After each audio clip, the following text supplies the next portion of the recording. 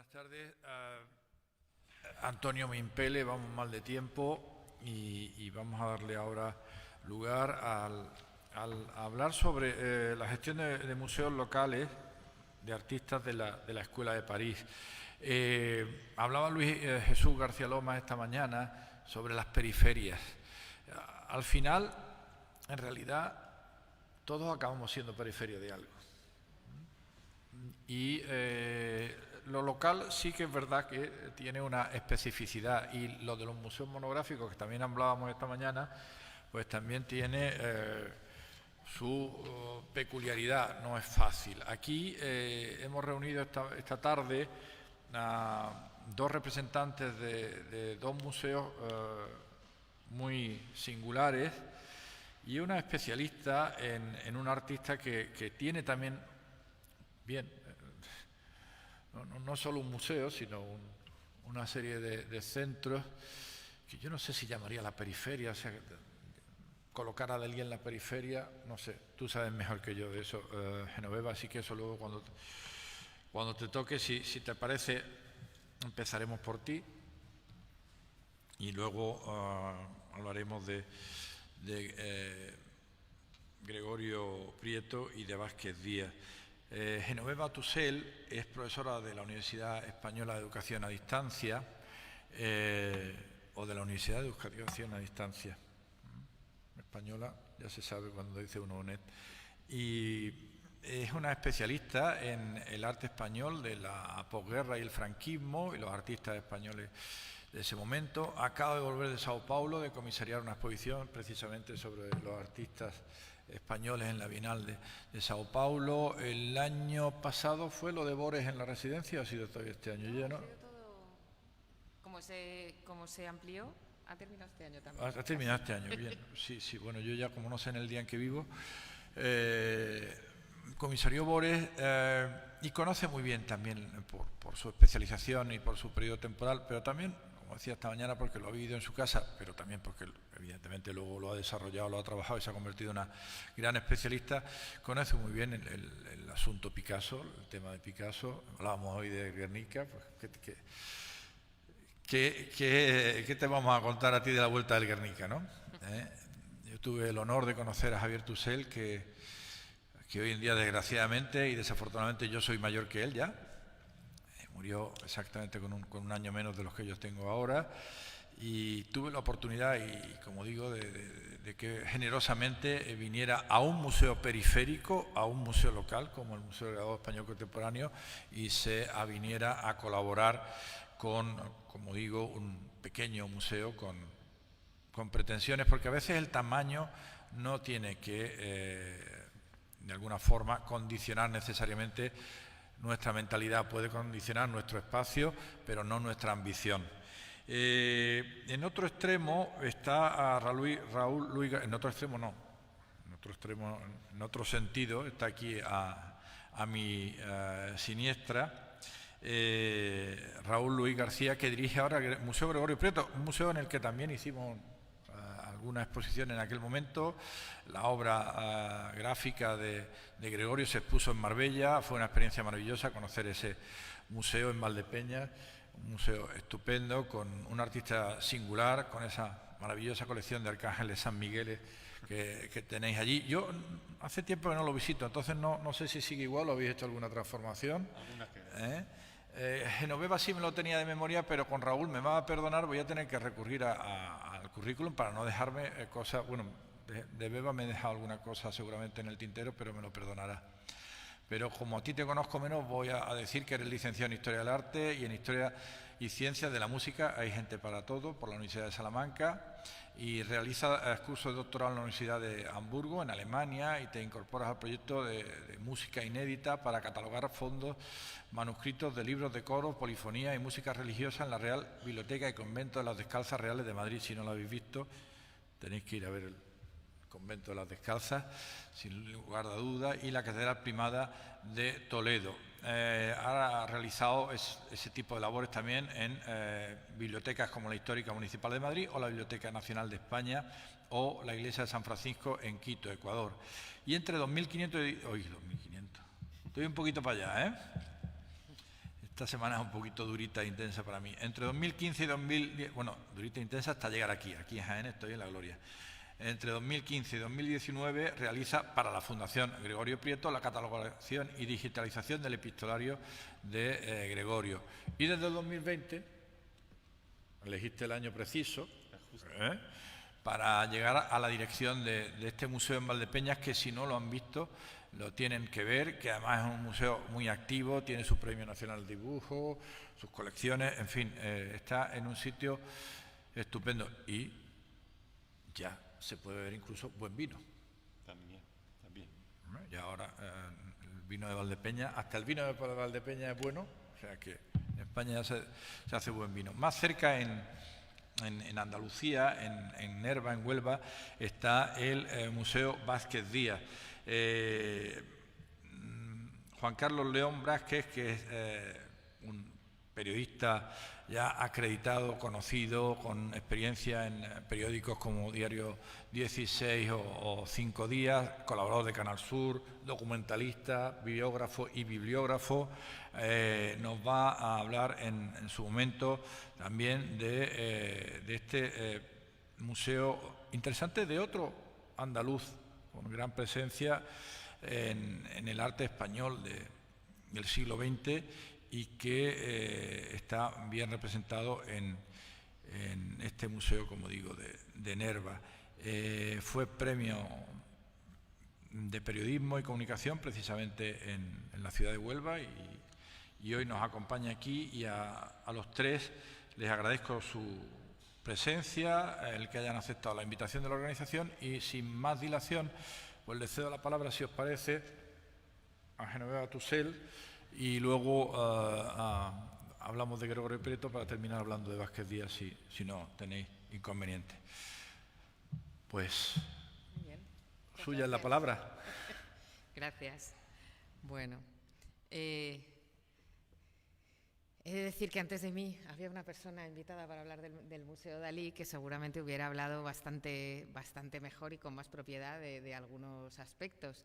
Yo me centraré más, y además me ha venido todo a la idea cuando he escuchado antes esta mañana que estaba hablando Antonio García Bascón, a tenor de todo lo que estaba diciendo de Manuel Ángeles Ortiz, una de las fechas que él ha seleccionado y ha subrayado ha sido el año 81 como también un momento de recuperación de la figura de Manuel Ángeles Ortiz, que es cuando se le concede la Medalla de Oro de las Bellas Artes. El año 81, que justo coincide con ese momento histórico en España que significa la llegada del Guernica, también es en ese mismo año 81. Son unos años en los que la España de la transición corre paralela a una transición que se está produciendo también en el aspecto cultural. Es un momento en el que, tras todos los años de dictadura, se está recuperando a muchos artistas que estaban en el exilio, que por diferentes motivos, no todos por motivos políticos, pero había muchos artistas que se habían visto obligados a dejar España y se habían establecido en otros muchos lugares. Entonces, a la vez que se produce esa recuperación de la figura de Picasso, pues se produce la recuperación de muchas otras figuras, de Manuel Ángeles Ortiz, pero también, por ejemplo, de una figura como Salvador Dalí. El otro día, recordando también esos años, pues por ejemplo, me parece que fue en 1980, también en esa labor que se estaba haciendo en el Ministerio de Cultura, se organizó desde la Dirección General de Bellas Artes una exposición denominada 100 años de cultura catalana. En esa exposición, 100 años de cultura catalana, hubo una gran discusión y un gran debate acerca de la procedencia, de la idoneidad de que estuviera representado Dalí o no estuviera representado. ¿Por qué? Pues porque ahora lo veremos, lo pasaré un poquito por encima. Todos sabemos, pues en fin, la fortuna crítica que había tenido Dalí, motivada fundamentalmente por todo su posicionamiento político. Esta mañana Malén Gual hablaba un poco también de esa visita que hizo a Picasso y esa primera relación que tuvieron al principio, ese invitarle al taller, enseñarse obras, pero que luego veremos que por diferencias en torno a temas políticos, fueron dos caminos que se separaron de manera irremediable. He traído una presentación que no sé si... Bueno, he traído unas cuantas imágenes más que una presentación. Hay que ponerla aquí. Pues ya lo siento que lo tienes un poco a la mitad.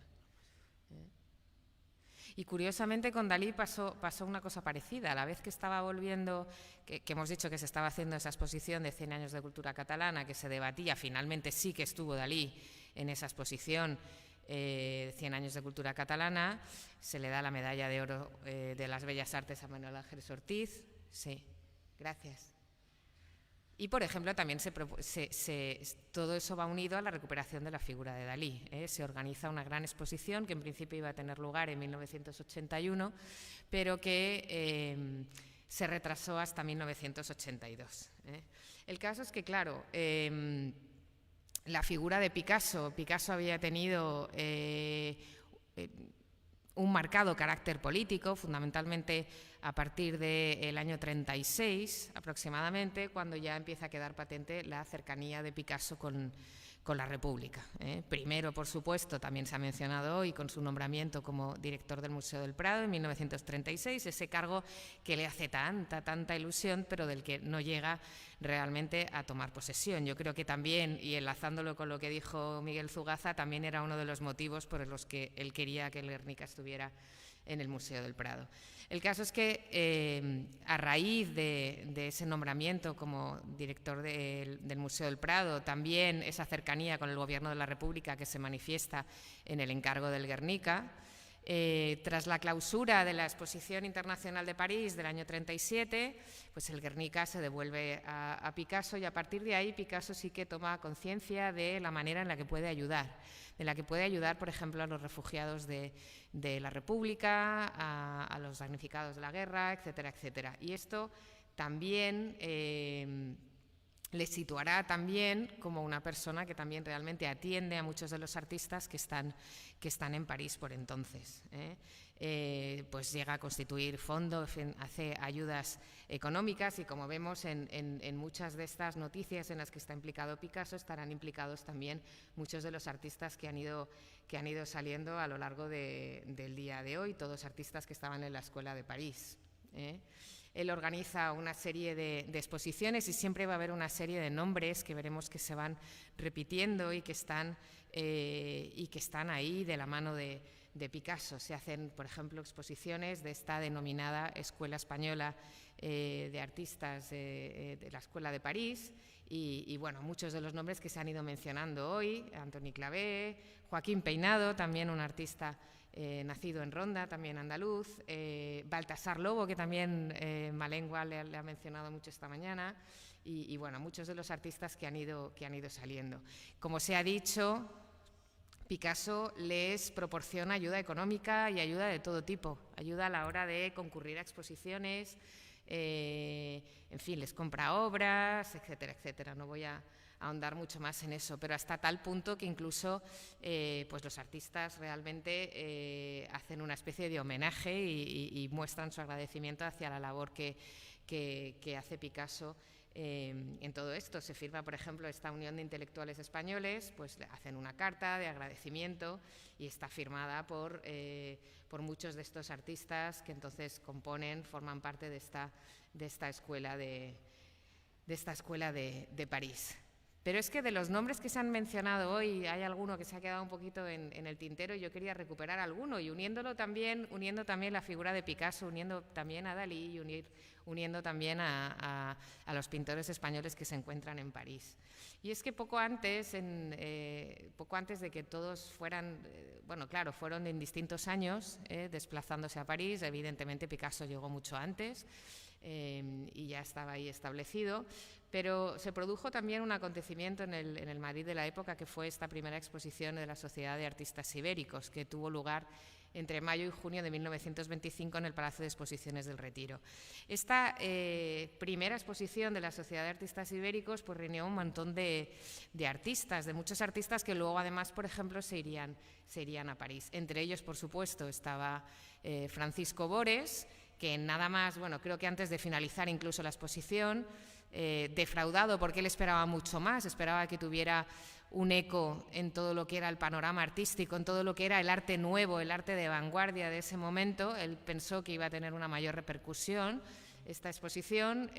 Bores no esperó a que terminara la exposición y ya se fue a París. Estaba también Joaquín Peinado, por ejemplo, que también formó parte de esta exposición. Estaba el propio Dalí, que le vemos aquí en la fotografía.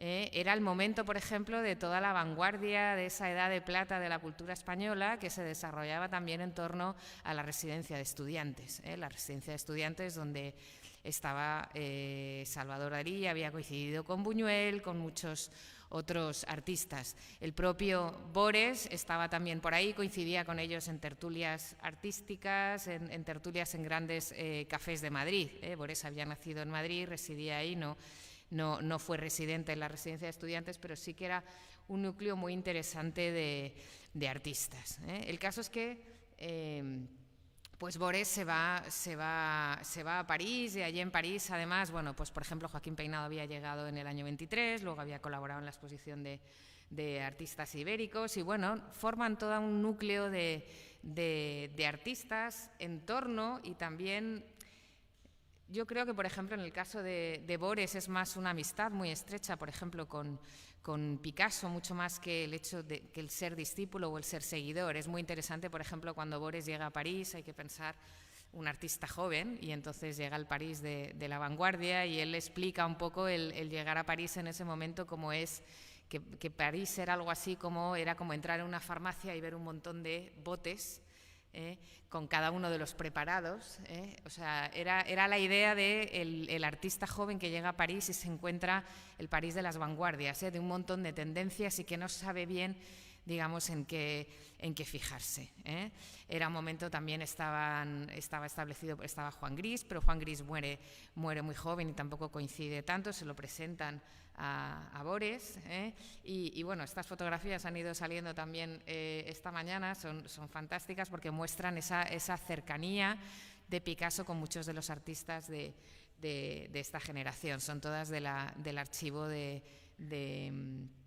Carmen Bores, de su hija, la propia Carmen Bores, que tiene recuerdos de haberse criado, digamos, con Picasso y de haberle visto muy a menudo. O sea, cuando uno se va de veraneo a la playa y se hace fotos en la playa, evidentemente tiene uno una relación muy cercana. Así que,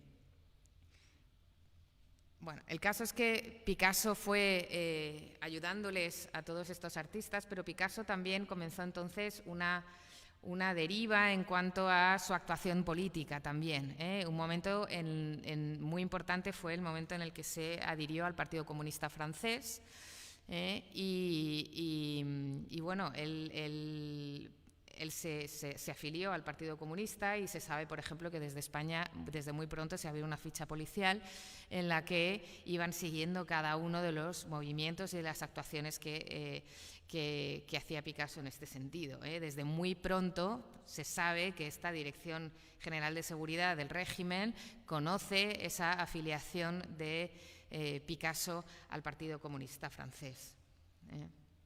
Y es muy curioso la manera en la que Picasso explica esa adhesión al Partido Comunista. Él explica que siendo él un exiliado, siempre he sido un exiliado, ahora ya no lo soy, dice, a la espera de que España finalmente pueda por fin acogerme, el Partido Comunista Francés me ha abierto sus brazos.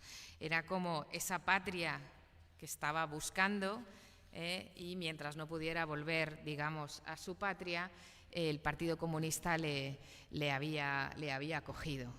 Y en ese sentido, el propio Picasso organiza una serie de iniciativas, o está involucrado en una serie de iniciativas muy interesantes que también le van a unir a estos artistas de la Escuela de París. Una de ellas, quizás una de las más interesantes, es esta exposición que se organiza en Praga, y que es exposición El arte de la España republicana, artistas españoles de la Escuela de París, que curiosamente bueno, congrega a todos estos artistas. Se hace esta portada de este catálogo, y es que una de las obras que expone Picasso en esta exposición son los grabados de Sueño y mentira de Franco.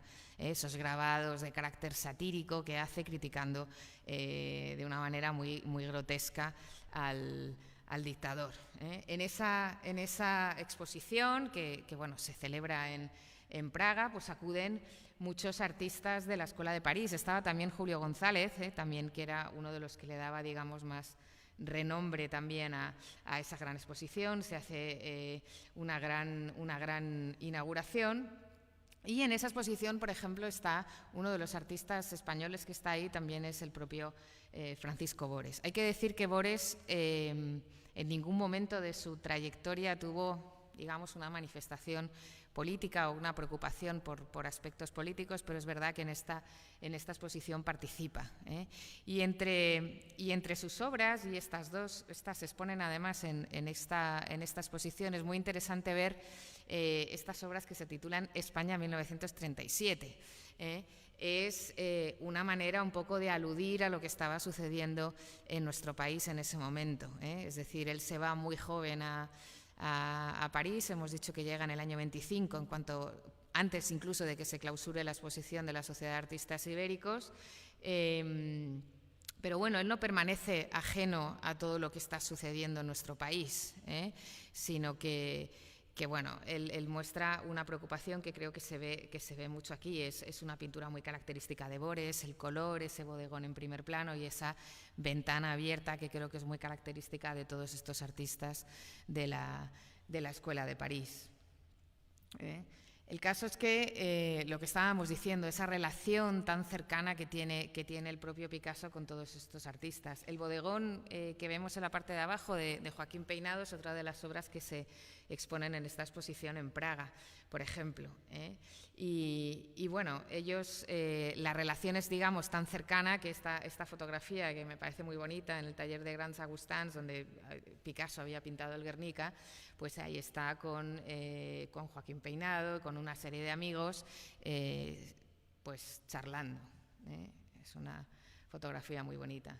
Y volviendo otra vez a Dalí, en el momento en el que, así como Picasso se había erigido un poco en el defensor de la causa de la República, en el defensor también de los refugiados, de todos los damnificados por la guerra, hay que pensar que además durante todos estos años el Guernica además lo había embarcado el propio Picasso de una manera personal en esta recaudación de fondos. El Guernica, una vez que se terminó la Exposición Internacional de París, fue devuelto a Picasso y Picasso primero lo mandó a Oslo, a Estocolmo, etcétera, etcétera. Luego estuvo en Inglaterra, estuvo en 2 galerías de Londres, hizo una pequeña gira por Inglaterra y el Guernica llegó a Nueva York con el objeto de recaudar fondos para los refugiados de la República. Así que Picasso muy pronto había visto la importancia que podía tener el Guernica en toda esta labor que él estaba haciendo, la labor que estaba haciendo de manifiesta oposición al franquismo, pero también de apoyo también a los artistas. Y hay un momento muy curioso, porque ya hemos visto cómo en esa ficha que hace la dictadura de Franco, que les someten a un continuo seguimiento, hay un momento muy curioso, y es el momento en el que el régimen franquista decide organizar la primera gran exposición oficial, que será la Bienal Hispanoamericana de Arte. Esa intención del régimen de extender su red de influencia por Hispanoamérica, y organizan esta gran exposición que hacen coincidir su inauguración con el 12 de octubre, el día de la fiesta nacional. Pues a esta gran exposición se cursa una carta formal a Picasso para que participe en esta exposición, al comunista Picasso. Picasso no responde, la deja sin responder, creo que eso incluso enoja todavía más al régimen. Y no solamente no responde, sino que organiza una contrabienal, es decir, una bienal absolutamente en contra del régimen.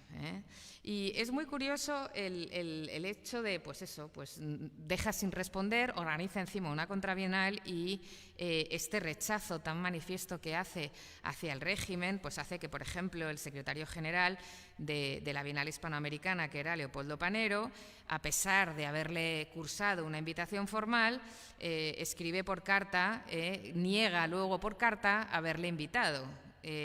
diciendo que sencillamente porque Picasso no es español, ha adoptado hace tiempo una nacionalidad extranjera. Volvemos a lo que decíamos esta mañana de ese artista francés nacido en Málaga, pero esto es un poco por otro motivo. Bueno, el caso es que, ¿qué pasa? Que hasta ante esta negativa de Picasso a participar en la Bienal Hispanoamericana de Arte, el que va a defender y va a procurar devolver a Picasso a la buena línea, a la buena senda y a la cordura, va a ser el propio Dalí. Dalí, que participa además en esta Bienal y envía un gran número de obras, lo que organiza es, junto con Leopoldo Panero, el secretario de la Bienal, pues organizan una gran conferencia para exponer su opinión sobre todo este asunto. Una conferencia que en principio iba a celebrarse en el Palacio de Bibliotecas y Museos, pero que finalmente se celebra en el Teatro María Guerrero. Y es muy curioso esta especie de performance que acaba haciendo Dalí, porque no se le puede calificar de otra manera, que es esta conferencia titulada Picasso y yo, que pronuncia el 11 de noviembre de 1951. A mí esta foto me encanta porque además se ve en primer plano que uno de los que está es Manuel Fraga, atendiendo a las palabras de Dalí. Ahí Dalí lo que dice es, he traído las palabras exactas para poderlas leer: como siempre, pertenece a España el honor de los máximos contrastes, esta vez en las personas de los dos pintores más antagónicos de la pintura contemporánea. Picasso y yo, servidor de ustedes. Picasso es español, yo también. Picasso es un genio, yo también. Picasso tendrá unos 72 años, yo tendré unos 48 años. Picasso es conocido en todos los países del mundo, yo también. Picasso es comunista, yo tampoco. Así que es esta maravillosa performance. Realmente debió de ser divertido el acto cuando nos fijamos en las fotografías de la prensa y en las sonrisas del público asistente. Debía de estar el Teatro María Guerrero a rebosar en esta performance, que debió de ser, digamos, como bastante divertida. El caso es que Picasso, por supuesto, no concurrió y organizó esta exposición que decíamos, esta contrabienal, en la que participaron 40 artistas españoles e hispanoamericanos residentes en París. El caso es que él continuó siendo esa cabeza de esa escuela de artistas españoles en París, y he traído una cosa curiosa que encontramos cuando estábamos organizando la exposición de Bores en la residencia de estudiantes, que es este diario que se edita con ocasión del homenaje que se hace a Picasso por su 80 cumpleaños en octubre de 1961. Curiosamente, en España pues no se organiza nada. Bueno, miento, se organiza una exposición de grabados que la organiza Chueca Goitia, y donde se hace la gran celebración es en Francia, en la Costa Azul. Se organiza una corrida de toros, se organiza toda una gran fiesta, y se sabe que van muchos de los amigos de Picasso. Me parece que está Alberti, están pues muchos de estos artistas que se han ido mencionando, está Luis Miguel Dominguín, por ejemplo, y se hace un gran homenaje a Picasso. Y aprovechando ese cumpleaños, se edita este periódico, que todo el número está dedicado a Picasso, que es muy curioso. La portada vemos que tiene una ilustración de George Braque, y arriba, no sé si se lee bien, la dedicatoria, que es el propio Picasso dedicándosela a su amigo Bores, a su amigo, compañero en la escuela de París. Y luego hay muchas adhesiones en las páginas de dentro que son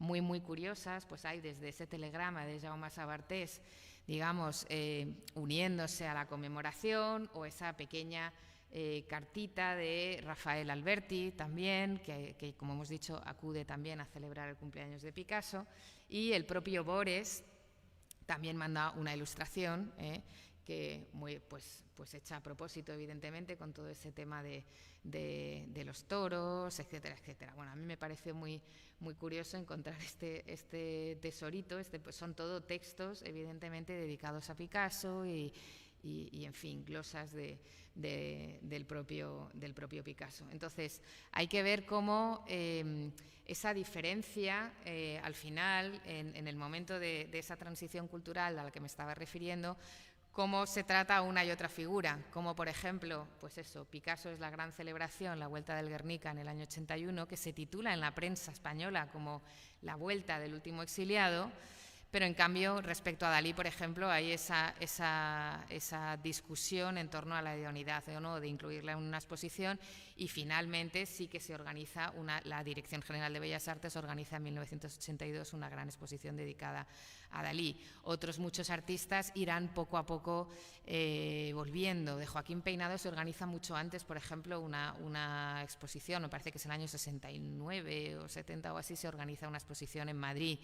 Del propio Bores también en el año 72, si no recuerdo mal, bueno, 76 se hace una gran exposición también en Madrid. Así que también esos artistas exiliados van poco a poco volviendo y se va recuperando parte de su obra y, por supuesto, poniendo en marcha estos museos que atesoran un poco todo el legado de estos artistas. Así que yo por ahora lo dejo y ahora, si queréis, debatimos. Gracias.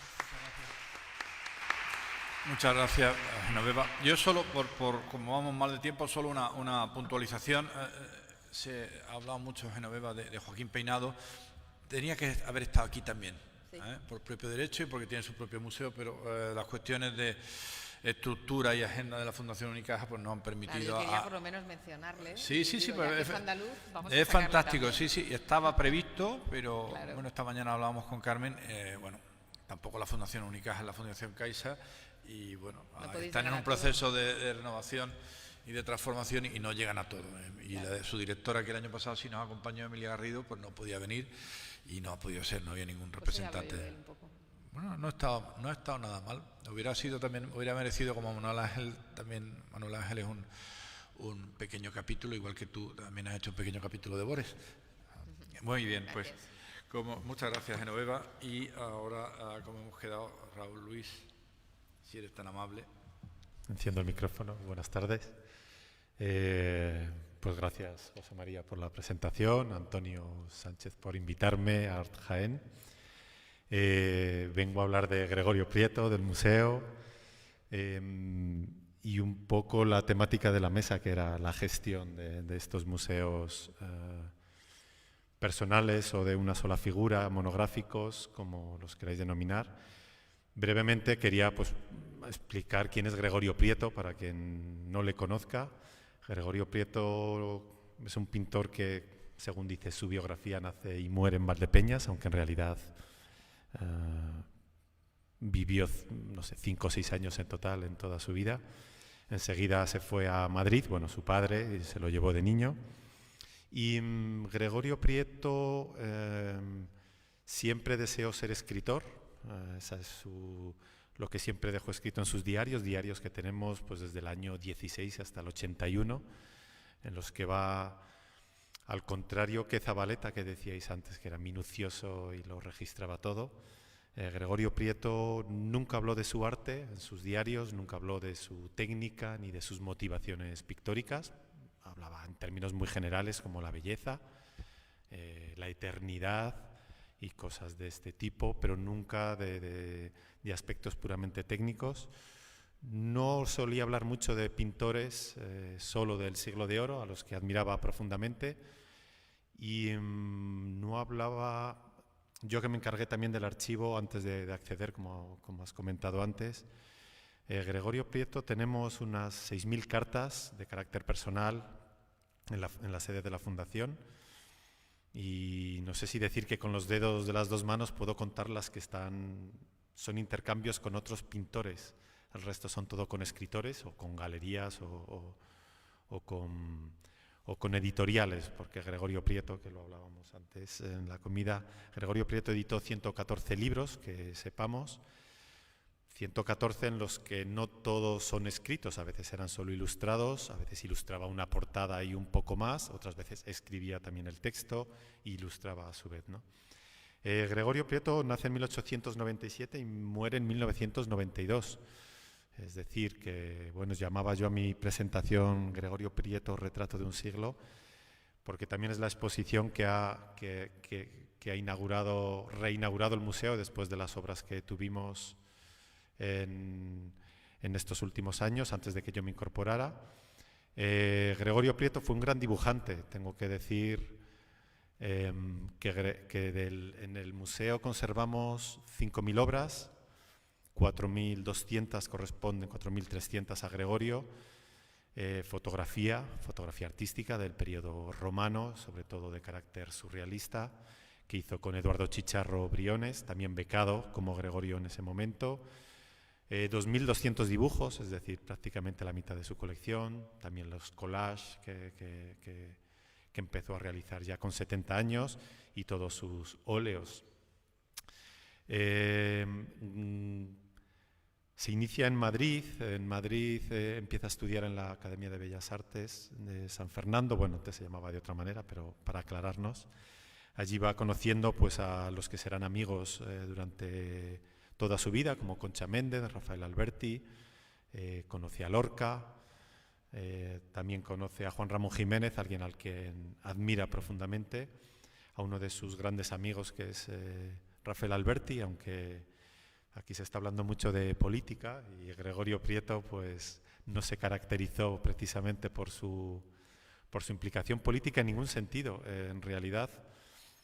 Es verdad que venía de una familia tradicional, luego él fue también toda la vida muy religioso, más bien espiritual. Nadie recuerda haberle visto en una misa, pero sí que tiene una colección de arcángeles de tallas de madera de varios siglos distintos, unas 100 que se conservan en el museo, que hemos guardado en los almacenes por conservación, que antes me preguntabas, pues ahora están un poco guardadas. Os estaba, contando las obras que tenía Gregorio Prieto que tenemos en el museo. Hay una colección importante de su obra personal, pues veis aquí a Henry Moore,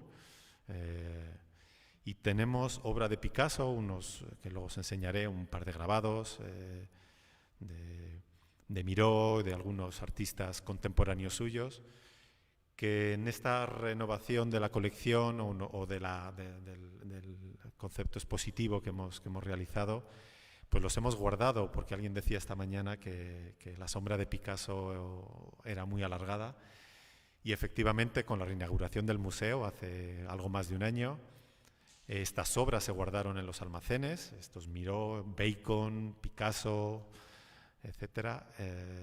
No son pocos los visitantes que nos han preguntado, ¿pero dónde están los Picasso? Que he venido a ver los Picasso.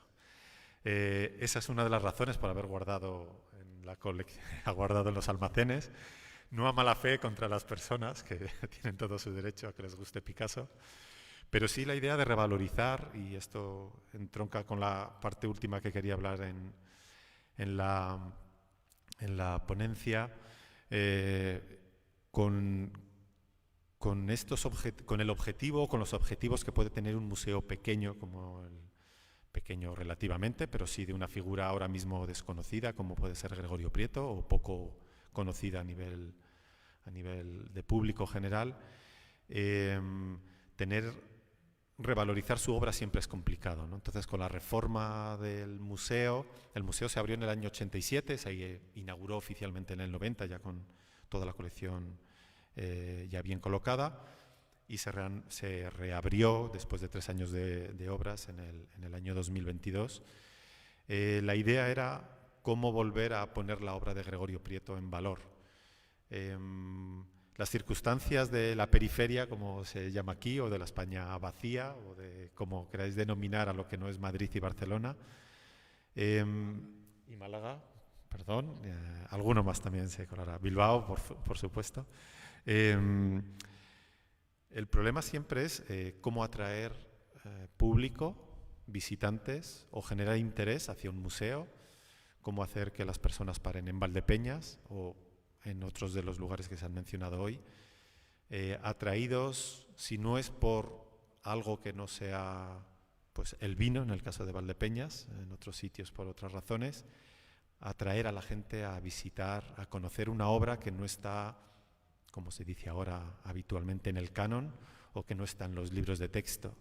Gregorio Prieto no figura en los libros de texto, o no en los que yo estudié, en la carrera tampoco. En Castilla-La Mancha creo que se ha incorporado hace bastante poquito a la carrera dentro de los estudios del arte contemporáneo español. cuando es una figura que en su momento, pues, bueno, es una figura relevante. Como os decía, inicia sus estudios bien joven, enseguida gana algunos premios, algunas becas. Su primera estancia en París se produce en el año 25, tiene un año, una beca allí. En el año 28 recibe la beca de la Academia de España en Roma, permanece allí 5 años, de los cuales en realidad gran parte los pasó entre España, París y Roma y Grecia, sobre todo Grecia, que era una de sus pasiones, el arte clásico, pasar a la eternidad, como él decía, como las esculturas griegas. Es curioso la estancia, quería mencionar esto ya que estamos hablando de Picasso, es peculiar la estancia de Gregorio en París, porque apenas tenemos, al contrario de otras estancias, como por ejemplo en Roma, que nos describe a quien conoce lo que le producen las visitas a los distintos museos o a las ruinas romanas, los poetas que va conociendo, cuando va a Grecia o a Alemania o a Dinamarca, a los escritores que conoce o a los cineastas, porque allí conoció también a Dreyer, por ejemplo, que le admiraba mucho. En París no tenemos apenas referencias de qué hace, solo le cuenta, tenemos las cartas que tiene a sus padres, y cuenta mucho los paseos que da por París y las visitas a los museos. Brevemente comenta que ha conocido a Picasso, que ha estado en su estudio, que le ha regalado una paloma rota que tenía Picasso ahí en el suelo. Gregorio tiene una colección de palomas o espíritus santos, como queráis enfocarlo, bastante amplia, y le hace el retrato que he visto por aquí, pues le hace este retrato, hace el boceto sobre un cartón. Él dice que un cartón que encuentra en el suelo, y realiza un boceto en un par de días, luego lo termina en su estudio. Vuelve estos 5 años, vuelve a Roma, vuelve a París en distintos momentos, y no tenemos más referencias de con qué artistas se relacionó. Su arte, su evolución pictórica está influida por el cubismo, pero es el cubismo que trae Vázquez Díaz a España en una exposición que hace en Bilbao, creo que es en el año 20 o 21. Gregorio Prieto expone al poco tiempo, y ese estilo geométrico, las líneas geométricas, él las adopta para sí mismo, aunque él nunca se afilia a ningún movimiento, ¿no? Igual que la fotografía es surrealista, evidentemente. Gregorio Prieto siempre renegará del surrealismo por una animadversión personal con Dalí, nunca explicada del todo. Hablabas antes de Dalí en el año 51, pues Gregorio siempre contaba, no tenemos referencias en prensa de ello, que pocos días antes de que llegara Dalí, él cogió un carromato de estos de la fruta donde se ponen las cajas, y con un amigo puso yo soy Dalí, y iba tirando papeles por la Gran Vía, ¿no? Como haciendo una especie de performance contra Dalí, no lo sabemos. Esa parte decía, ¿no? Esa relación amor-odio con el surrealismo. Y en la época italiana, que desarrolla esta parte fotográfica más cercana al surrealismo, su parte pictórica se desarrolla más relacionada con el movimiento italiano de pintura. Él conocía de Chirico y tiene una buena relación con él. Trabaja mucho el tema de los maniquíes, aunque él los sexualiza, les da un toque más humano, que es su aportación, digamos, a este aspecto de esta figura. Decía antes que Gregorio Prieto no participa de la política. Tenemos cartas de Maruja Mayo, de Concha Méndez o de María Zambrano, relacionadas pues, con hitos como la llegada de la República o el comienzo de la Guerra Civil. Gregorio Prieto a eso no respondió de ninguna forma. Él en realidad odiaba todo tipo de violencia, o así lo expresó, y no podemos saber muy bien qué opinaba. Sí que sabemos que él deseaba volver a España.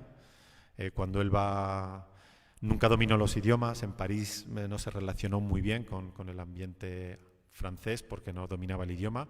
Lo mismo le pasó en Inglaterra, que no dominaba muy bien el inglés. Allí se relacionó sobre todo con españoles, con el duque de Alba, por entonces embajador, con su hija sobre todo, que luego le apoyó mucho a su vuelta a España, con Leopoldo Panero, con una serie de personajes que, claro, hacen dudar de en qué punto está Gregorio Prieto al respecto de la política, ¿no? Gregorio Prieto vuelve a España en el año 50, pregunta a amigos, él está casi 15 años en Inglaterra. Él tiene una exposición prevista en Inglaterra, él va para allá, iniciada la guerra civil, vuelve momentáneamente a España, regresa a París y de ahí va a Inglaterra y allí recibe una carta de que han asesinado a Federico García Lorca, al que él había retratado hacía muy poco en su casa. Y Gregorio, entre eso, el miedo a la violencia y el miedo a que su homosexualidad pueda ser la razón de una posible represalia, se queda en Inglaterra.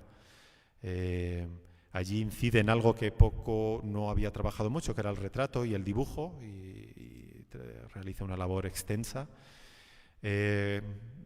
Acabado ese periodo, vuelve a España, como os decía, gira un poco su estilo pictórico hacia el fauvismo ibérico, y Gregorio, digamos que se dedica a sí mismo. Es decir, empieza a publicar muchos libros, a ilustrar muchos libros, entre ellos el Quijote, la Biblia, todo muy adecuado. Hacer libros de dibujos de viajes por toda España, de ciudades, de personajes como Isabel la Católica, la que reclama como la gran mujer española. Inicia una campaña para la recuperación de los molinos, cosa que tiene efectos muy, muy interesantes a varios niveles, pero a largo plazo también provoca un efecto contrario. Pasa a la historia un poco como el pintor de los molinos, y Gregorio Prieto va perdiendo un poco de relevancia, al menos de la relevancia que él tiene cuando él llega en los años 50 y 60 a España y realiza numerosas exposiciones en toda España. No voy a hablar mucho más de Gregorio, para no alargarme en este apartado. Con la reforma, y esta parte es la que quería hablar de los museos, con la reforma del museo, el cambio de la organización expositiva, nos enfocamos en este aspecto de revalorizar la obra de Gregorio Prieto. No hemos podido sustraernos a dejar las obras de Alberti, los dibujos que le regaló, y los de Federico García Lorca, que tenemos 17 dibujos, por la misma razón que Picasso, que era una duda: ¿qué hacemos? ¿Quitamos a Lorca de la colección permanente o no quitamos a Lorca? Finalmente decidimos poner un espacio que se llama Generación del 27 y dejar un rinconcito bastante amplio a los dibujos de Lorca, también por su amistad, por ese retrato de Lorca que veis ahí, que bueno, pues sí que ha aparecido incluso en libros de texto. Y bueno, se ha quedado Lorca y Alberti como unos únicos representantes de la obra de Gregorio, que no es obra de Gregorio, perdón. Con los medios que tenemos, que somos muy poco personal en el museo y el dinero nos autofinanciamos, esta parte que se habla mucho aquí de cómo gestionar un museo.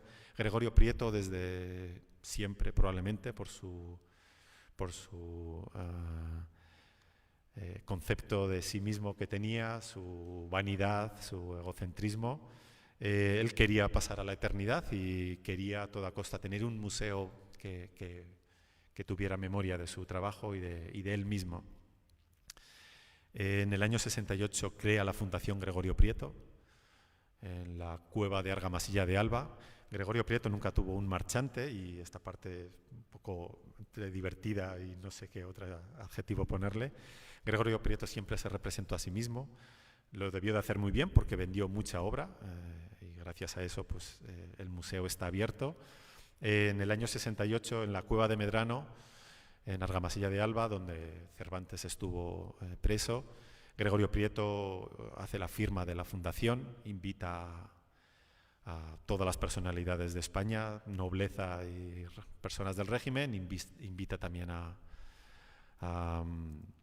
a Isabel la Católica y a la Dama de Elche y a todos los personajes que se le ocurren. Se encierra una semana en la cárcel para desagraviar a Cervantes, como él decía, porque defendió, a sabiendas de que era falso, que Cervantes escribió allí el Quijote. Eso le permitió pues, que en toda la prensa nacional pues, se dedicaran a insultarle, a lo que le alegró mucho porque salió en todos los medios de comunicación y durante un mes pues, estuvo agitando, digamos, su ego, que solo hablaban de él. Gregorio Prieto inicia, lo que os decía mucho, una labor bibliográfica muy fuerte. Se inicia en el grabado, que apenas había trabajado previamente, y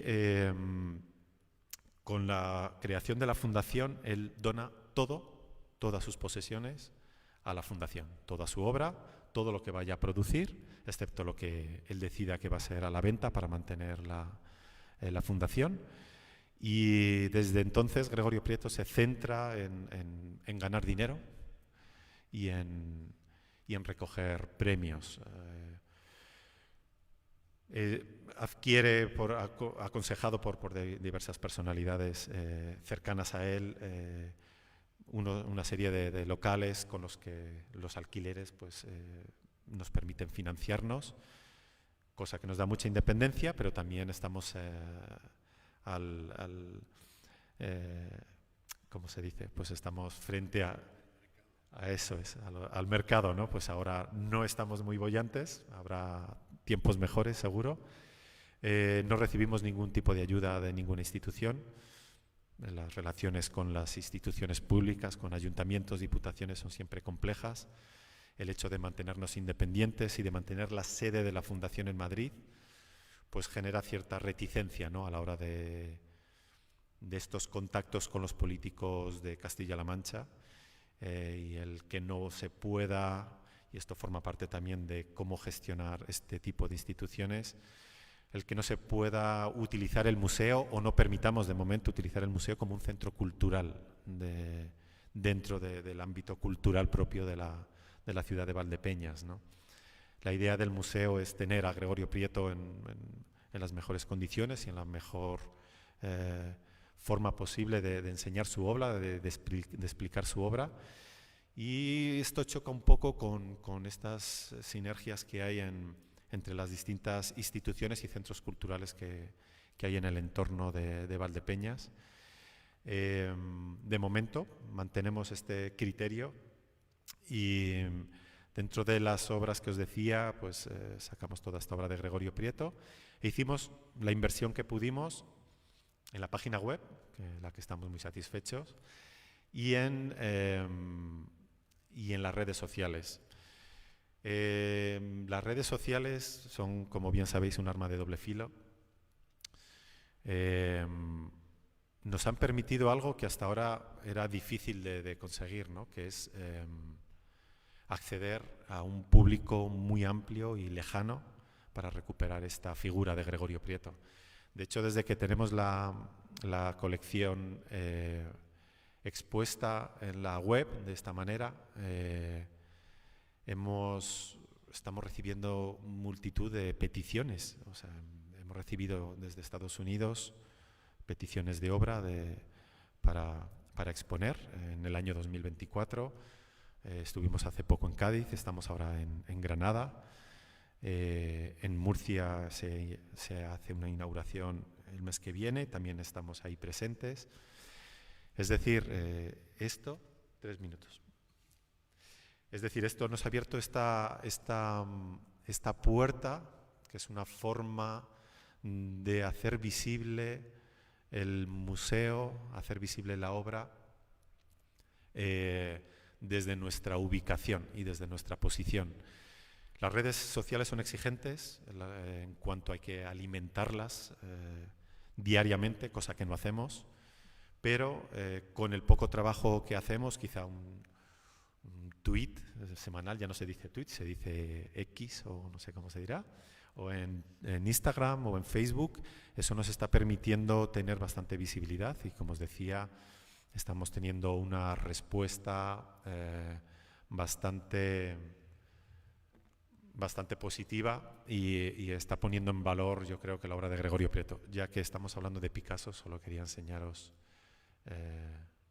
el retrato de Picasso. No sé por qué no me sale. Quería enseñaros un par de cuadros de la casa natal de Picasso que hizo Gregorio Prieto para cerrar la intervención. Y así, si tenéis preguntas, mejor respondo a las preguntas, que soy mucho mejor respondiendo que, pues esta es la casa natal de Picasso, que ahora es el museo, ¿no? Y nada más, esto es lo que os quería contar. Muchas gracias.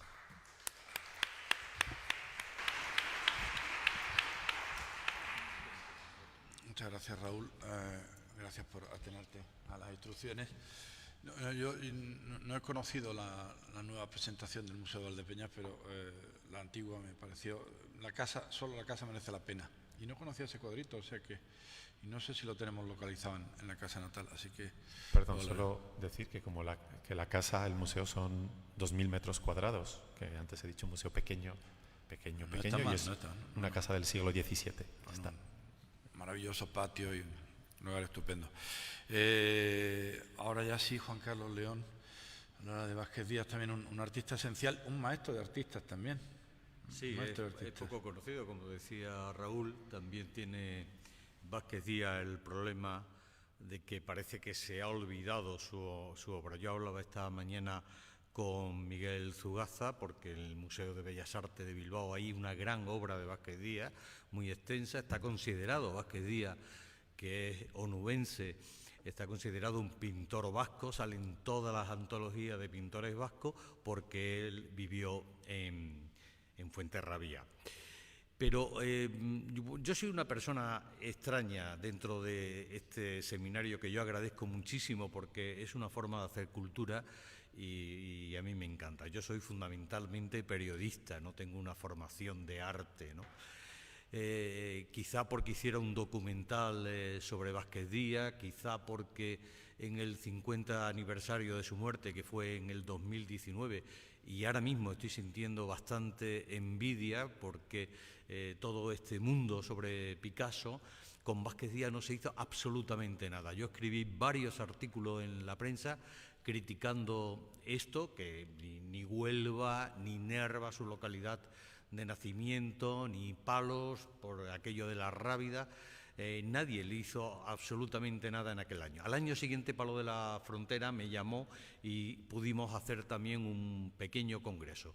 Pero dicho eso, eso es lo último que se hizo y no se hizo apenas nada. Quiero agradecer la invitación al Centro de Arte Moderno y Contemporáneo Museo Vázquez Díaz, que es como se llama, porque no solamente es un centro donde está Vázquez Díaz, sino que se ha intentado ser más amplio. Nerva es un pueblo curioso, tiene un lema, tierra de artistas, porque hay muchísimos licenciados en Bellas Artes, muchísimas personas que pintan, más de 100, puedo decir, y hay una afición tremenda, ¿no? Hay un tremendo error cuando uno se ajusta a las biografías que existen sobre Vázquez Díaz, entre ellas la de Ángel Benito Jaén, que es un catedrático de periodismo, el primer catedrático que hubo, fue profesor mío. Puedo contar una anécdota, que él escribe en esa biografía que en Nerva no hay nada y que no sabe cómo alguien puede ser pintor allí. Pues ya he contado que hay muchísimos pintores a día de hoy. Evidentemente, yo en una clase, estoy hablando del año 72, que es el año que publica la gran biografía, hace una catalogación de toda la obra de Vázquez Díaz. Me levanto en la clase y le digo: usted no ha ido nunca. Fue al cabo de los 20 y tantos años y pidió perdón, ¿no? Porque evidentemente el color de la mina lo llevaba Vázquez Díaz en la sangre. De hecho, hay una curiosidad, que siendo niño no había entonces ni pinceles, ni lápices, ni cosas de esas, y se iba al terruño de la mina a hacer sus colores. Entonces hay unos colores dentro de Vázquez Díaz que está en su forma de pintar. Esto no se entendió. Lo malo de esto es que todo aquel que ha hecho una biografía o ha escrito algo de Vázquez Díaz, hoy revisando un poco así internet, viendo, se sigue repitiendo ese error, ¿no? Gaya Nuño lo escribía, ¿no? Tampoco allí no había nada que pintar y tal, gracias a su madre que le... No, nada, mentira, falso. Eso en cuanto un poco el inicio, contaba Malén esta mañana que Picasso, la primera obra está en Barcelona. Bueno, pues la primera obra de Vázquez Díaz hoy está en Nerva. Es un museo bastante más pequeño que el de Prieto. Es un museo que no solamente está dedicado a Vázquez Díaz, hay una obra de José María Labrador que es de Bujalance en Córdoba, perdón, de Benamejí, de Córdoba, pero vivió mucho tiempo allí al amparo de la mina, y hay una obra de un artista local, Alcaide, que pinta absolutamente la fotografía hecha por los ingleses, sobre todo el contexto de la mina, y es un biógrafo historiador a través del arte. Cada uno tiene su sala propia, y después hay una sala para exposiciones. Aparte de eso, puedo decir que Nerva es uno de los primeros municipios que tiene una obra pictórica propia ya desde el siglo XIX. Hay que entender esto porque la entrada de los ingleses en 1873 hace llevar cultura, ¿no?, a un pueblo. Estamos hablando de la periferia, pero hay que entender que esa compañía a finales del siglo XIX y principios del XX es la principal empresa de España. Daba trabajo a 17.000 personas de forma directa. Esto va a influir mucho en el tipo de cultura que hay en ese momento. Tengo que decir que cuando Vázquez Díaz nace, no nace en Nerva, nace en Aldea de Río Tinto. Lo que pasa es que se le cambia el nombre por Nerva a los 3 años de nacer. Esto también es un pequeño error que he visto en algunas ocasiones, ¿no?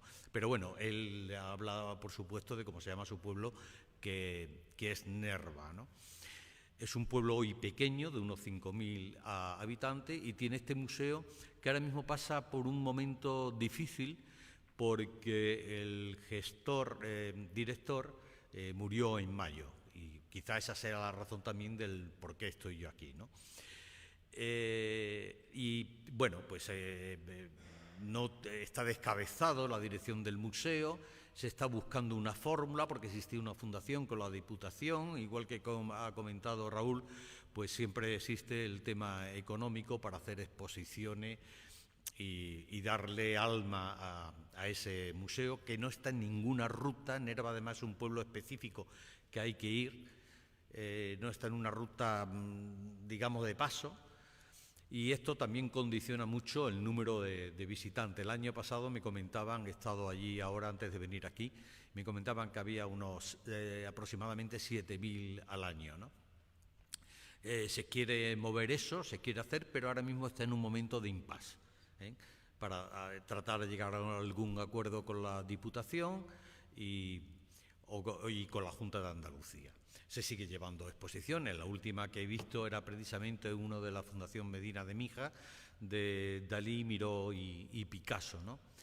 Y bueno, la actividad está ahí, el museo está abierto, es gratuito, no tiene ningún modo de financiación excepto el ayuntamiento, y al ayuntamiento tengo que decir que tiene una de las deudas más grandes de un pueblo de España. No voy a decir la cantidad porque sería asustarse. Así que cuando me propusieron esto, me llamó mucho la atención porque Picasso y Vázquez Díaz tienen una relación paralela hasta el momento en que Vázquez Díaz va a regresar a España.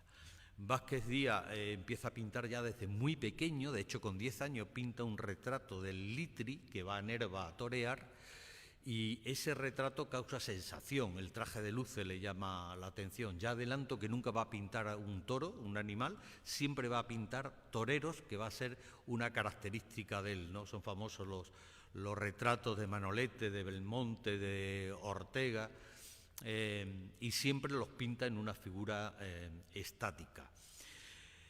El hecho es que cuando él pinta ese retrato en Nerva, pero el padre no quiere que sea pintor, y entonces él estudia perito mercantil. El padre es una persona de ciertos recursos económicos, tiene un comercio de tejidos, textil, y eso le va a ayudar mucho más adelante, ¿no? Él termina en Sevilla, allí conoce a Juan Ramón Jiménez, va a ser una amistad que va a durar siempre. De hecho, cuando muere Juan Ramón Jiménez en el año 58, Vázquez Díaz va a ser una de las personas que va a llevar el féretro. Y Juan Ramón Jiménez, uno de los... él es, Daniel Vázquez Díaz, uno de los personas que más retrato le hace a Juan Ramón a través de su vida, ¿no? Si os acordáis de los billetes de 2.000 pesetas, ese retrato que aparece ahí es el de Juan Ramón Jiménez, que por cierto no existe porque Juan Ramón, cuando se exilia a Estados Unidos, su casa la asaltan y ese retrato se lo llevan. Yo quiero saber quién lo tiene, pero siempre lo negó en vida, que es Carlos Sentís, que era en fin, formó parte de la estructura del CDS, de los primeros gobiernos que hubo en España. Me he desviado un poco a Juan Ramón Jiménez porque yo soy especialista en Juan Ramón Jiménez, soy biógrafo y puedo tener como 3.000 libros de él, ¿no? Y Vázquez Díaz va a formar ahí en Sevilla, que es su segunda formación, aparte de la primera, con un maestro local. Ya en Sevilla sí entra en contacto con Murillo, que no le gusta nada, le gusta muchísimo el Greco, y ahí va a tomar conciencia de que él quiere ser pintor y va a ser pintor. Y precisamente Ricardo Canals, en una visita a Sevilla, en ese momento Sevilla está considerada la segunda Roma en el sentido artístico, Ricardo Canals se lo va a encontrar y le va a decir: vete a París. El primero que le dice: vete a París. Y al final él se viene a Madrid, está 2 años en Madrid haciendo copias del Museo del Prado, pero consigue reunir una pequeña obra folclórica, como se estilaba entonces, pues con sus manolas, su españolismo, que se ha hablado también hoy en alguna ocasión, y con esa obra se va a ir a París, pero para en Fuenterrabía, hoy Hondarribia, para en Fuenterrabía, y ahí eso le va a cambiar la vida. Dice Ángel Benito, al que me he referido antes, que humedece su pintura, porque venía de una pintura bastante dura, ¿no? Ya he hablado que la mina es pedregosa, rocosa, es vasta, ¿no? Y dice que eso humedece su pintura. Se enamora tantísimo del País Vasco, que ya he dicho antes que está considerado incluso como un pintor vasco, que se queda allí 3 meses antes de llegar a París. Y él va a llegar en 1906, en septiembre de 1906 va a llegar a París, y al primero que se encuentra, él va con dinero, no va a participar de la bohemia, esta bohemia de Picasso que también se ha hablado hoy algo. Él no va a participar de la bohemia porque su padre le va a financiar el viaje, le va a financiar el que se pueda buscar un hotelito y va a vivir ahí. Y encima lleva esos cuadros a los que me he referido, que los va a vender rápido, o sea, se los quitaban de las manos en París. Entonces es una sorpresa porque él pensaba, él va a aprender, por lo que le había dicho Canal, quiere cambiar, quiere ir y se va a París. Vende los cuadros y al primero que conoce es a Modigliani. El mismo día que llega conoce a Modigliani, que lo invita y que se hace amigo de él y va a ser amigo toda la vida. Y se queda fascinado en París con la obra de Cézanne.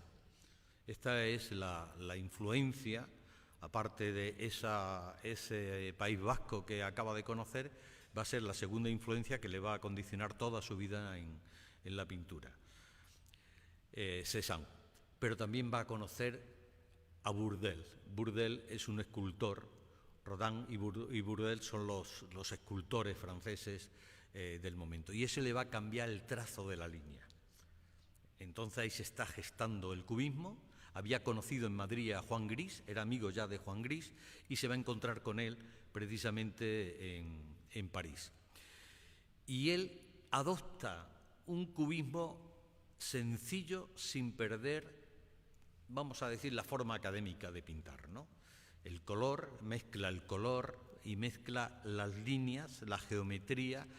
Alguien le dice que es el arquitecto de la pintura, pero sin perder eso. Se dice en bastantes cosas que se han hecho de que es un clásico moderno, ¿no? Pinta en clásico, pero siempre metiendo ese sentir cubista que también se ha referido Raúl con la influencia que puede tener en Prieto. Le va bien en París. Sencillamente le va bien. Él hace una exposición con Picasso en 1908, exactamente en la Rue Trodet, y Picasso va a decir de él que es de lo mejor que ha conocido como pintor. No el mejor, como el mejor. Habla muy bien de él, pero también Ángel Benito, que lo ha estudiado mucho, dice que cuando en París se produce una guerra entre dos andaluces, que es precisamente Vázquez Díaz y Picasso. Evidentemente Picasso va a tomar una dimensión muy distinta a Vázquez Díaz, ¿no? Pero que los dos andaluces están compitiendo en París, compiten en París directamente, ¿no? En el estudio de Bourdelle conoce a una escultora que es danesa, Eva Angerholm, y se va a casar con ella. Se casa en 1910, se casa con ella, sigue adoptando ese tipo de pintura que después le va a dar bastante éxito, es bastante fiel, forma parte de esa vanguardia, pero sin ser un hombre radical como pueda ser Juan Gris o pueda ser el mismo Picasso, ¿no? Le pilla allí la guerra mundial, la Gran Guerra del 14, y él se va al frente y hace una serie que se llama Las ciudades muertas, ¿no? Y yo lo recuerdo ahora viendo los destrozos de Gaza, los dibujos de él, hay algunos en Nerva, de esa serie que hace de las ciudades mártires, perdón, he dicho muertas y es ciudades mártires. Y me recordaba mucho todas las imágenes que estamos viendo. Pero le va a ocurrir también otro hecho muy concreto, que va a conocer a Rubén Darío. Rubén Darío en ese momento está en París haciendo una revista que se llama Mundial y le va a pedir que le haga retratos, porque Daniel Vázquez Díaz se va a convertir en el gran retratista español del siglo XX. Lo digo porque si alguno no conoce sus dibujos, debería verlo, porque hay esta cantidad de personajes. Estuve hablando con Rafael Botí hace relativamente poco, que es el mayor coleccionista privado de Vázquez Díaz, y él le vendió la colección suya de retratos, casi unos 200, se lo vendió a la Fundación Mafre, que es la que lo estuvo moviendo. Lo ha movido varias veces, últimamente está muy parado, no sé qué quiere hacer con eso, porque ya digo que el tema de las exposiciones de Vázquez Díaz se ha parado hace unos años. Y una de las grandes cosas que le compró a Rafael Botí la Fundación Mafre fue estos retratos. Me estuvo diciendo que él tenía como unos 200, pero que había conseguido localizar a 300 retratos. Ahí uno puede ver, se ha hablado esta mañana de Eugenio d'Ors, el propio Picasso. Él hace retrato de María Guerrero, de toda la intelectualidad que en España ha sido. La intelectualidad del siglo XX, en esa mitad del siglo XX, eso está todo retratado por Vázquez Díaz. Yo lamento no haber traído diapositiva, pero la verdad es que no sabía muy bien cómo enfocar esto. Como ve, digo, bueno, pues improviso y voy hablando de él. Esa es la primera importancia que va a tener con respecto a la pintura española Vázquez Díaz, va a hacer ese retrato. Él va a volver en el año 16, está 12 años en París y va a traer. Y un problema que va a tener es que no se le comprende su pintura. También se ha hablado antes, en las intervenciones anteriores, del academicismo. El academicismo no lo acepta, lo rechazan en la Academia de Bellas Artes, no le admiten cuadro para exposiciones nacionales, entonces él va a tener problemas para mostrar su obra.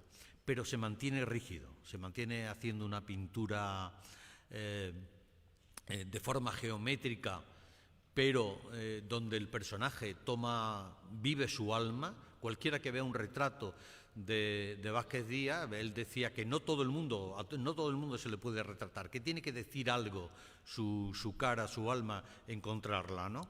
Y él lo va a hacer. Pues muchas gracias.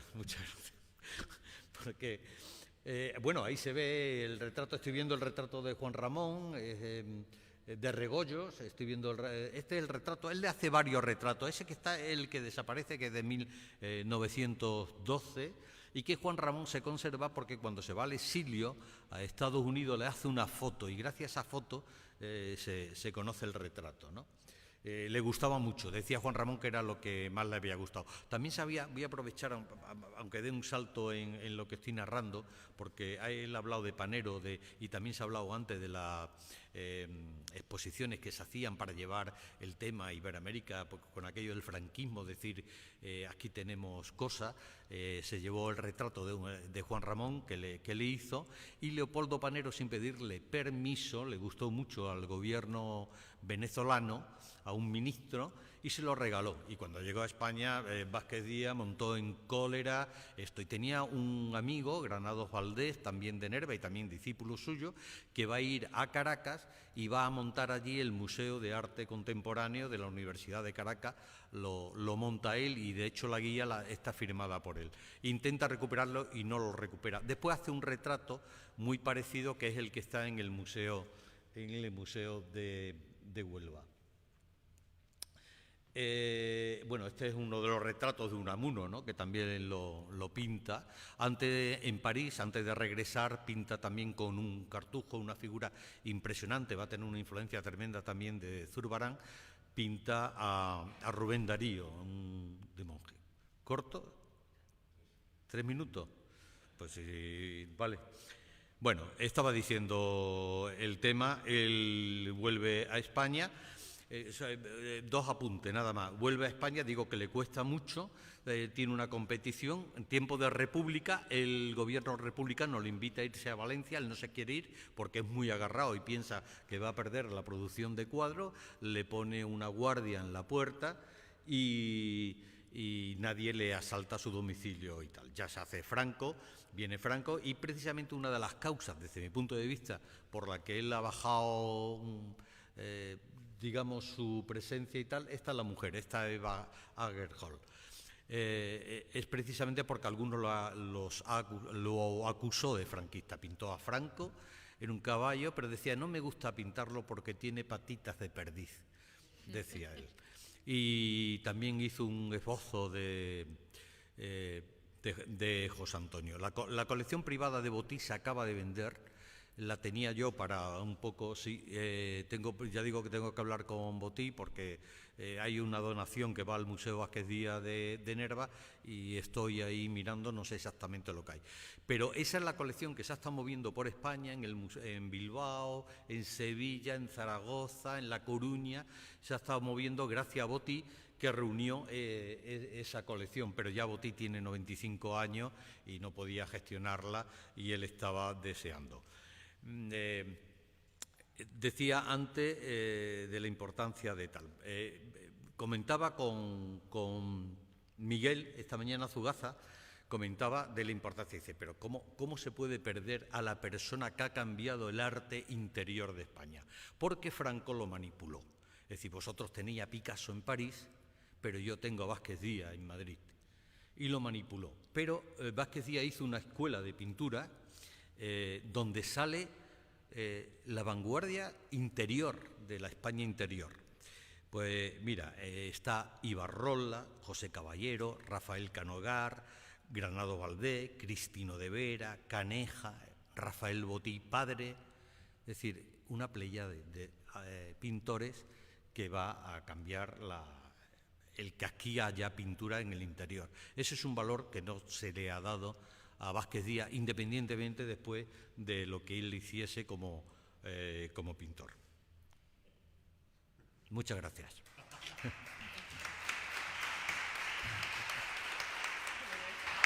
No, lo siento, pero me apremian porque tenemos la visita luego para los baños y, bueno, supongo que el personal estará concertado y queremos que la gente intervenga, no queremos que pase como esta mañana. De todas formas, no quiero dejar de decir, punto 1, venir a presumir a este simposio de personas extrañas. ¿Cómo, perdón? ¿Venir a presumir a este simposio de personas extrañas? ¿Tú te has fijado en cada uno de nosotros? Bueno, vamos a ver, yo soy comunicador, yo soy periodista. Yo he estado 40 años en Radio y Televisión Española. Bueno, pues profesión distinta, pero extraño, ¿no? Aquí somos todos extraños para, sí, pero para el mundo exterior. Quiero decir, no puedo dar una valoración del arte, ¿no? Bueno, ¿Me gusta o no me gusta? Nos quedaba también quedaba un tema, pero voy a dar porque el asunto de la autofinanciación, pues por ejemplo, Dalí puede autofinanciarse gracias a los derechos de autor, como sabemos, y la cesión de las colecciones, los locales de Gregorio Prieto. Algo tenéis que hacer mal, macho, está subiendo el precio de la vivienda y del alquiler en toda España y vosotros estáis a la baja, hay que darle una vuelta. Quejarse de las visitas es pecado, porque trabajamos para cada uno de los que vienen. Si hay 7.000, son 7.000. Trabajamos para Nerva y para imbricarnos en la comunidad. Traer turistas no es un objetivo solamente único y esencial. No hay que dejarse llevar por eso y trabajar con lo que se tiene y moldear el barro que nos dan. Así que como yo tengo que moldear el barro que tengo y no... Pero no vayas a hacer una pregunta como esta mañana, pregunta trampa. Haz pregunta, no hagas discurso, porque yo me estoy callando. Vale. Micrófono para este señor.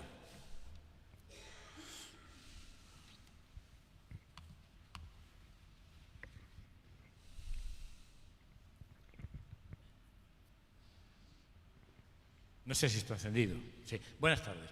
Una pregunta a Juan Carlos. Yo sé que muchos de los dibujos de Vázquez Díaz, que para mí es el mejor dibujante español posiblemente, son hechos directamente de las personas. Pero es que hay otros que, te pregunto, me parece que están hechos de fotos o de... Y es mi pregunta. ¿Tenéis eso estudiado? ¿Lo conoces? Sí, no, son directamente de las personas. Él tenía una relación tremenda con casi todo el mundo. De hecho, a María Guerrero muere y la dibuja allí muerta, ¿no?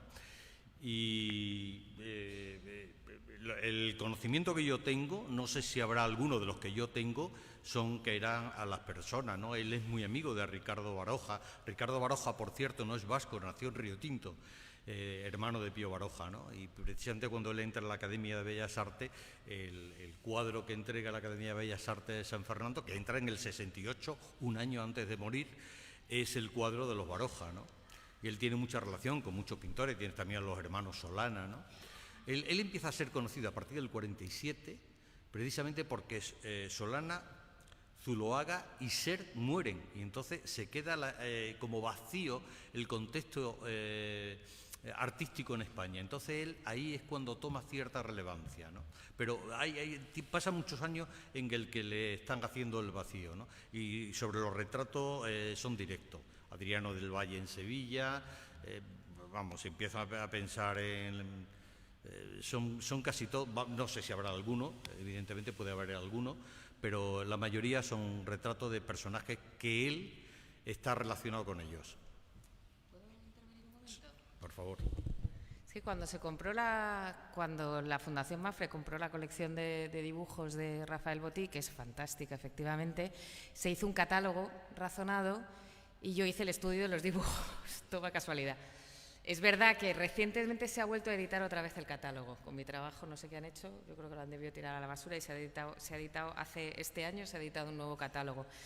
Pero es muy curioso porque muchos de esos retratos, muchos de esos dibujos se publicaron en prensa y se publicaron en el diario ABC, que yo fui encontrando cuando... Y la idea de Vázquez Díaz era hacer un libro denominado Hombres de mi tiempo, que hiciera como una especie de crónica de, digamos, las grandes personalidades intelectuales, artísticas, literarias del momento. Y luego encontré una carta incluso que el régimen, pues ante ese proyecto, se echaron un poquito para atrás, pensando que había algún que otro personaje de dudosa y tal, y lo echaron un poco para atrás. Pero el proyecto, y efectivamente estoy de acuerdo, que es un dibujante absolutamente excepcional. O sea, esa colección de dibujos, los retratos que tiene, es impresionante, Vázquez Díaz. He dicho antes que el tema de los retratos empieza a hacerlo en Mundial y después cuando llega a España lo empieza a hacer en el diario ABC que le encarga. Pero él hace, independientemente de eso, hace los hombres de mi tiempo y él se consideraba un hombre de su tiempo, ¿no? Él era consciente de que estaba viviendo una época intelectual concreta y que él estaba ahí en medio del meollo y él iba a ser el retratista de esa época de España. No sé si hay alguna pregunta más. Bueno, yo creo que eso además tiene mucho que ver con el factor humano, ¿no? Lo de Mafre, porque Pablo Jiménez Burillo era un gran defensor de ese momento y... Sí, es cuando se compra y se compra luego también. Sí, sí, tienen sí. el catálogo Como de no hay ninguna Solana, pregunta más, tienen un tiene... montón de cosas. No, es que Un minuto solo. vamos a ver, es que no he hecho, como este señor me ha echado, no he hecho alusión a la tercera parte. Decía que una de las cosas era hombre de su tiempo, otra cosa es la escuela, que había tantos artistas modernos de la vanguardia española interior, habían vivido de él, lo acabo de nombrar, pero hay una parte que no he hablado y simplemente me voy a referir a ella. Es decir, en el año 27 él tiene un proyecto en la cabeza que es hacer los murales de la Rábida, y también se lo echan atrás, la Academia se opone completamente, pero Alfonso XIII, alguien le habla, bueno, es una infanta que le habla a Alfonso XIII, va a ver los bocetos, que son los que están en Nerva, los bocetos del descubrimiento, del poema del descubrimiento, y a partir de ahí Alfonso XIII hace un comentario diciendo esto es magnífico, esto tal, y ya nadie respira. Y entonces él hace, en un año del 12 de octubre del 29 al 12 de octubre de 1930, hace los murales de la Rábida, que están considerados los mejores murales realizados en Europa en el siglo XX, con una particularidad negativa, que escoge los caliches, la cal, de las tierras de Palos, de la zona aquella, y esos caliches lleva sal, y eso está creando unos problemas en la Rábida tremendo. Cada X años hay que restaurarlos y tal, pero están considerados, insisto, un gran muralista. Por cierto, que él tiene la cátedra de mural de Bellas Artes, ya que no consiguió ser académico inicialmente, ya digo que en el 68 sí, y Dalí va a asistir a sus clases. Era por apostillar eso que se me había quedado y quería importar. No, bien, lo que yo quería era que la gente, que el público tuviera la palabra, como no la ha pedido, pues podías tenerla tú. Yo creo que entonces cumplimos escrupulosamente el horario y nos emplazamos a ir a los baños árabes ahora, y los que no vayan a los baños árabes, mañana a las 9:30 estamos aquí en torno a la crítica de arte en tiempos desquiciados con nuestro amigo Fernando Castro Flores. Muchas gracias.